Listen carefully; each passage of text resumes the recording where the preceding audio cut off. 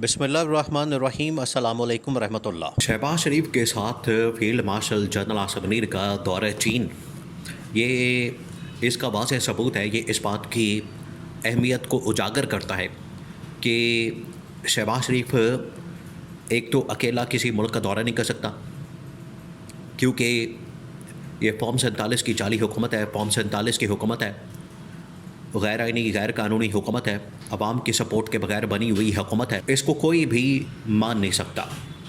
ना इसको पाकिस्तान के अंदर लेजिटमेसी हासिल है, ना ही इसको आलमी सतह के ऊपर लेजिटमेसी हासिल है, जिसकी वजह से इनके साथ फील्ड मार्शल को जाना पड़ता है, आर्मी चीफ को जाना पड़ता है, ताकि इनकी बात के अंदर वज़न आ सके। आखिरकार देखिए, ये तो अब एक मुसल्लमा हकीकत बन चुकी है कि पाकिस्तान में सबसे ताकतवर इदारा, पाकिस्तान के अंदर सबसे ताकतवर मरकज़ वो है पाकिस्तान की फ़ौज, पाकिस्तान की इस्टेब्लिशमेंट, उसके सरबराह army chief general Asif Munir.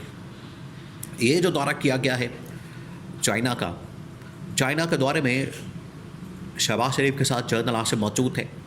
हर जगह पर किसी भी मुलाकात के अंदर, मीटिंग के अंदर, बातचीत के अंदर, डायलॉग के अंदर, किसी भी जगह पर फील्ड मार्शल हमेशा साथ नज़र आए। और शहबाज शरीफ को इतनी अहमियत नहीं दी जा रही इस दौरे में जितनी कि फील्ड मार्शल को दी जा रही है। अब यहाँ पर एक बहुत बड़ी मुलाकात हुई है शहबाज शरीफ की जनरल आसिफ की चीनी सदर के साथ। चीनी सदर के साथ जो मुलाकात है, ये एक बहुत बड़ी मुलाकात है। ये एक बहुत बड़ा माइलस्टोन है, एक बहुत बड़ी अचीवमेंट है। लेकिन सवाल ये पैदा होता है कि इस मुलाकात का एजेंडा क्या था, इस मुलाकात के अंदर क्या डिस्कस किया गया, इस मुलाकात के अंदर क्या डिस्कशन की गई, इस मुलाकात के अंदर पाकिस्तान को क्या पैगाम दिया गया। ये सबसे बड़ा सवाल है। और सबसे बढ़कर कि इमरान खान के मतलब क्या पैगाम दिया गया, इमरान खान के मतलब गवर्नमेंट को क्या कहा गया। और उनके साथ ही फील्ड मार्शल भी मौजूद है, तो फील्ड मार्शल को भी पैगाम दे दिया गया, बता दिया गया कि इमरान खान के मतलब अब आप लोगों ने करना क्या, अब हुआ क्या, सीन आपने समझना। वहाँ पर जो सीन बना है, वहाँ पर जो बात हुई है, एक तो ये कि शहबाज शरीफ को वहाँ पर बिल्कुल लिफ्ट नहीं कराएंगे। ये पहली बात, ये आपने बिल्कुल जहन में रखनी है, ये आपने नोट कर लेना है कि शहबाज शरीफ को वहाँ पर लिफ्ट नहीं कराई जा रही, बल्कि वहाँ पर लिफ्ट कराई जा रही है सिर्फ और सिर्फ field marshal general Asif Munir को। उनकी बदौलत, उनकी वजह से शहबाज शरीफ को भी इस दौरे के अंदर बुला लिया गया। वरना ये जो असल मकसद था इस दौरे का, वो ये था कि फील्ड मार्शल को, जनरल आसिफ को वहाँ पर होने वाली परेड में, क्योंकि आज से तकरीबन कोई आप अंदाज़ा कर लें कि 80 से 90 साल पहले, 80 से 90 साल पहले दूसरी जंग अज़ीम के अंदर चाइना ने जापान को जो शिकस्त दी, इस मौके पर सेलिब्रेशन का एहतमाम किया गया और वहाँ पर एक फ़ौजी परेड का एहतमाम किया गया। उस फ़ौजी परेड में शिरकत के लिए जनरल आसिफ मुनीर को वहाँ पर बुलाया गया था कि आप भी आएँ बतौर फ़ौजी सरबराह, बतौर पाकिस्तानी फ़ौज के सरबराह के इस फ़ौजी परेड को देखें, फ़ौजी परेड का मुआयना करें, और आपको भी अंदाज़ा हो कि हम किस तरीके से अपनी फ़ौज की फ़तह का जश्न मनाते हैं, अपनी फ़ौज को याद करते हैं, उन जवानों को याद करते हैं जिनकी बदौलत असल में कामयाबी मिली थी चाइना को और जापान को हमने शिकस्त दी थी।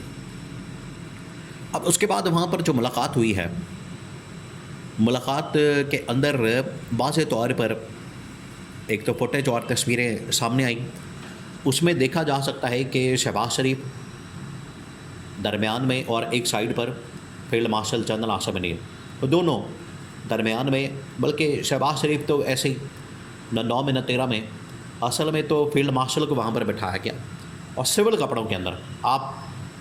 आपने वो वाला सीन याद करना है, या वो वाली फरमाइश और डिमांड याद करनी है जो कि बार बार इस्टेब्लिशमेंट की जानिब से फील्ड मार्शल के मतलब की जाती है कि फ़ील्ड मार्शल को ऐवान सदर के अंदर बिठा दिया जाए, उनको सदर बना दिया जाए, उनको प्रेसिडेंट बना दिया जाए। क्योंकि प्रेसिडेंट होने के नाते या एक मुल्क के सरबराह होने के नाते, सदर होने के नाते उनको कम से कम ये हैसियत हासिल होगी, उनके पास ये पोजीशन होगी, लेवरेज होगा कि वो किसी भी सरबराह ममलिकत के साथ डायरेक्ट मुलाकात कर सकते हैं सिविल कपड़ों के अंदर। सिविल कपड़ों के अंदर मुलाकात के लिए बड़ा ज़रूरी है कि आपके पास कोई सिविलियन होता हो, वरना एक फ़ौजी का सिविलियन कपड़ों के अंदर मुलाकात करना बड़ा अजीब व गरीब समझा जाता है। बहरहाल ये मुलाकात हुई।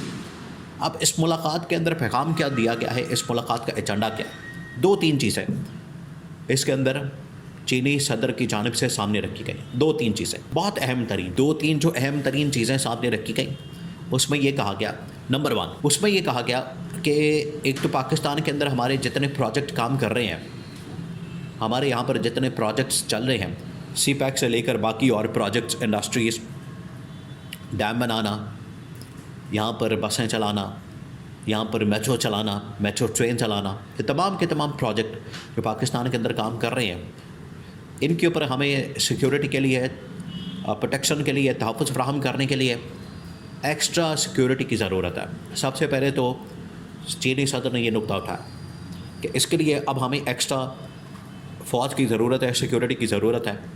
लिहाजा पाकिस्तान की फ़ौज को चाहिए कि हमें मुकम्मल सिक्योरिटी फ़राहम करें।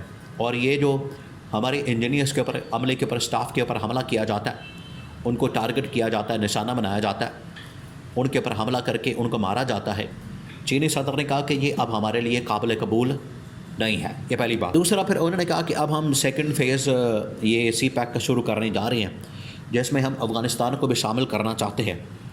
तो उसके लिए ज़रूरी है, ये बड़ा अहम तरीन नुकता इस रीजन को सामने रखते हुए, उसके लिए ज़रूरी है कि पाकिस्तान के अंदर भी, अफ़गानिस्तान के अंदर भी स्टेबिलिटी कायम होनी चाहिए। जितनी देर तक यहाँ पर स्टेबिलिटी नहीं होगी, इस्तेहकाम नहीं होगा, जितनी देर तक यहाँ पर पॉलिटिकल, इकोनॉमिक, या कम से कम पॉलिटिकल तो स्टेबिलिटी आए, इकोनॉमिक स्टेबिलिटी तो फिर बाद में आ सकती है। तो जितनी देर तक पॉलिटिकल स्टेबिलिटी नहीं आती, उतनी देर तक इकोनॉमिक स्टेबिलिटी का ख्वाब पूरा नहीं हो सकता। और ये CPEC, इकोनॉमिक एक्टिविटी, इन्वेस्टमेंट, सरमायाकारी, ये तमाम चीज़ें, तो इसके लिए उन्होंने कहा कि आप मेक श्योर करें और अपोजिशन के साथ होने वाली इंतकामी कार्रवाई, ये तमाम चीज़ें बंद होनी चाहिए। उन्होंने कहा कि लास्ट टाइम जब इमरान खान ने चाइना का दौरा किया था तो हम CPEC को एक बड़े नेक्स्ट लेवल के ऊपर लेकर जा रहे थे, लेकिन आज वो सब कुछ रुक चुका है। उन्होंने कहा कि फिर इमरान खान की रिहाई के ऊपर आप अमल दरामद करवाएँ, यकीनी बनाएँ, ताकि ना सिर्फ मुल्क पाकिस्तान के लिए बल्कि पाकिस्तान और चाइना के दरमियान रिलेशंस के लिए, ताल्लुकात के लिए इमरान खान की रिहाई कितनी ज़रूरी है। ये चीनी सदर की जानिब से शहबाज शरीफ के सामने और फील्ड मार्शल के सामने बहुत बड़ी इमरान खान की रिहाई के मुतालिक डिमांड रखी गई।